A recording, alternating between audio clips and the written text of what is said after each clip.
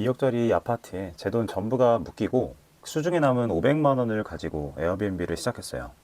정확히는 외국인 도시 민박업, 줄여서 외도민이라고 하죠. 제가 처음으로 오픈할 뻔한 곳은 동작구 상도역 쪽이었어요. 7호선에 두 개의 대학교가 있는 위치에 아주 좋은 곳이죠. 임장 중에 우연히 거동이 불편하신 할머님이 좀 도와달라고 하셔가지고 집까지 제가 좀 모셔다 드린 적이 있었어요.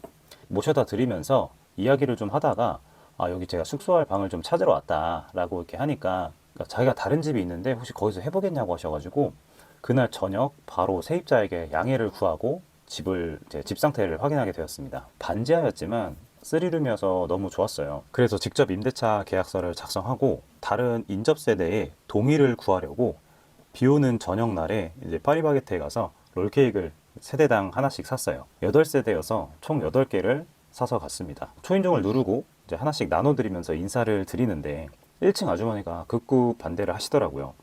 만약 하게 된다면 집 앞에 쓰레기 봉투에 뭐 생선뼈를 막 가득 담아서 테러를 할 거다. 막 그런 협박을 전화랑 문자로 막 받았습니다.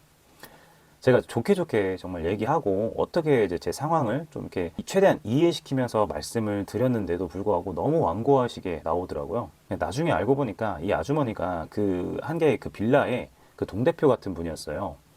다른 세대에 살고 계신 분한테 절대 동의서 써주면 안 된다라고 이미 그 전화를 다 넣어놓은 상태더라고요. 어쩐지 제가 다른 세대 분들한테 방문했을 때 썩 표정이 다들 좋지가 않더라고요. 그래서 정말 싸게 좋은 집을 참 구할 뻔 했는데 결국에는 그 집은 포기했습니다. 그때의 경험으로 빌라는 웬만해서 내가 하면 안 되겠다라고 생각한 계기가 되었어요. 빌라는 각 세대당 주인이 다 다르기 때문에 집집마다 동의를 구하기가 어렵습니다. 그러니까 다 될 거라고 자신만만하게 사실 생각했었는데 진짜 어렵긴 하더라고요. 그래서 그 이후부터는 매물 찾을 때 항상 그 단독주택이나 다가구 주택 위주로 보게 되었습니다. 그래서 첫 숙소는 집 반경 대중교통으로 30분 이내가 좋다고 하길래 뭐 큰돈 벌겠다는 욕심은 좀 내려놓고 인천 어디가 좋을지 알아보기 시작했습니다. 인천 3대 상권들을 돌아다녔고 또 역시나 여기저기 까이고 다녔어요. 처음부터 합법으로 운영하고 싶었기 때문에 오피스텔은 아예 쳐다도 보지 않았습니다. 그러던 중에 뭐 어느 부동산에서 반지하 매물이 하나 있다고 해서 보게 되었는데 면적은 컸지만 용도가 주택이 아니라 상가였어요. 용도 변경을 하지 않는 이상 이 외국인 도시 민박업은 주택에서만 허가가 가능하기 때문에 애초부터 불가능한 집이었던 거죠. 아쉬움을 뒤로 하고 이만 집으로 이제 돌아가려고 했는데 그 건물 자체는 정말 예쁜 거예요. 연남동에 있는 주택을 개조한 카페 같이 1층은 예쁜 구옥 느낌의 카페였고 2층에는 집이 있었어요. 혹시나 하는 마음에 1층 카페 사장님한테 가서 여기 임대인분 전화번호를 여쭤봤습니다. 그렇게 임대인분이랑 첫 통화를 30분을 넘게 했어요. 일단 대화를 하는데 좀 잘 통한다는 느낌을 받았다. 그리고 2층에는 투룸 방이 하나 비는 게 있다. 근데 거기서 숙박업을 해도 된다는 답변을 받았습니다. 임대인분께서도 제주도에 펜션을 운영 중이기 때문에 숙박업 생리를 정말 잘 알고 계신 게 큰 도움이 되었던 것 같아요. 그런데 사실 월세는 괜찮았는데 보증금이 1,000만 원이어서 이게 좀 고민이 되더라고요. 이 사업이 처음이라서 제가 내부에 이 세팅 비용이 얼마나 들지 가늠이 잘 되지 않았습니다. 보증금 1,000만 원에 세팅을 정말 잘해서 뭐 한 200만 원이 들었다고 해도 총 1,200만 원 정도의 현금은 있어야 되잖아요. 그런데 그때 제 수중에는 500만 원밖에 없었거든요. 어떻게 해야 될까 생각하다가 이 건물의 등기부등본을 제가 떼어봤습니다. 등기를 보니까 이 건물에 대출이 거의 없더라고요. 그래서 이건 협상이 되겠다라고 이제 생각을 했죠. 이게 무슨 뜻이냐면 대출이 그 건물에 대출이 별로 없다는 뜻은 임대인의 금융 비용이 많이 발생하지 않는다는 뜻이잖아요. 그러면 그런 분들일수록 보증금을 많이 받아서 어차피 1, 2년 후에 돌려줘야 할 바에는 차라리 월세를 조금이라도 더 올려받는 게 그분들한테 이득인 거죠. 그래서 임대인분께 보증금을 500만 원으로 내려주시면 제가 월세를 5만 원 정도 올려드리겠다라고 하니까 오히려 더 좋아하시더라고요. 그래서 보증금 500만 원의 월세 계약을 체결했습니다. 직거래했기 때문에 부동산 수수료도 발생하지 않았어요. 그리고 나머지 비용은 가족에게 300만 원을 빌려서 2주 만에 세팅을 완료했습니다. 다행히 첫 달 만에 월세를 내고도 수입이 100만 원 가까이 나와줬고 그 이후로도 꾸준히 그 이상이 나와져서 300만 원은 금방 갚을 수 있었어요.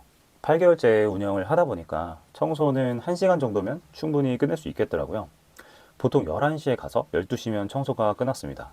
그 외에는 제 자유시간이라서 투입되는 시간과 노력 대비 정말 마진이 큰 것 같습니다. 처음 해보려고 하는 분들이 많이 우려하는 것 중에 하나가 집을 난장판으로 만들고 가면 어떡하냐라는 건데, 지금까지 그런 적은 한 번도 없었고요. 예, 열의 아홉은 설거지도 하시고 분리수거도 다 해놓고 나가셨어요. 아, 그 전구를 한번 깨트린 그 게스트가 계셨는데 먼저 저한테 알려주시더라고요. 그 전구를 애들이 깨트렸는데 정말 죄송하다, 변상하겠다. 근데 뭐 그게 큰 금액도 아니었고 저는 오히려 뭐 애들 다치지 않았을까 좀 걱정도 돼서, 아, 오히려 다치지 않으셨냐라고 먼저 물어보고, 아, 비용은 굳이 제가 받지는 않겠다, 안전해서 오히려 다행이다 라고 그렇게 말씀을 드린 거, 그거 하나밖에는 없었던 것 같아요. 그러니까 막상 가서 제가 할 일이 침구류 세팅이랑 청소밖에는 없어서 정말 1시간이면 그 끝낼 수가 있는 거죠. 대신 그 한 번 청소할 때 정말 깨끗하게 합니다. 매번 화장실 거울과 수전을 스펀지로 닦고 광을 내고 있거든요. 그리고 머리카락 한 톨도 용납하지 않으려고 돌돌이를 엄청나게 돌립니다. 근처에 다이소가 없었으면 진짜 어쩔 뻔했나 싶네요. 그러다 보니까 깨끗해서 다시 오고 싶다는 후기가 달리기도 하고, 실제로 두 번째 방문하신 게스트분도 계십니다. 다시 찾아주신 게 너무 고마워서 그런 분들께는 뭐 자그마한 조각 케이크 같은 거, 예, 선물도 드리고 있습니다. 지금까지 에어비앤비를 게스트로 이용만 해보다가 제가 직접 호스트가 되어 보니까 여행 갈 때 이제는 돈을 조금 더 주더라도 잘 꾸며놓은 숙소에서 자보고 어떤 점이 좋았는지, 어떤 소품이 좋았는지 서로 이제 비교도 해보고, 또 좋은 점들은 이제 벤치마킹해서 우리 숙소에 적용을 해보게 되었습니다. 이게 제 삶이 많이 달라진 점 중에 하나예요. 공간이 주는 느낌을 조금 더 알게 되었달까? 네, 내년에는 시골에 작은 마당이 딸린 주택을 제 느낌과 컨셉으로 리모델링해서 펜션 사업을 해볼까 이런저런 구상을 하고 있습니다. 낡은 벽에 이제 유럽식 미장으로 칠하고 마당을 이쁘게 가꿔서 바베큐 파티하는 상상을 해보면 벌써부터 흥미진진하고 웃음이 지어지네요. 너무 재밌을 것 같지 않나요? 네, 내년에도 엔잡 반디의 도전을 기대해 주시기 바랍니다. 시청해 주셔서 감사합니다.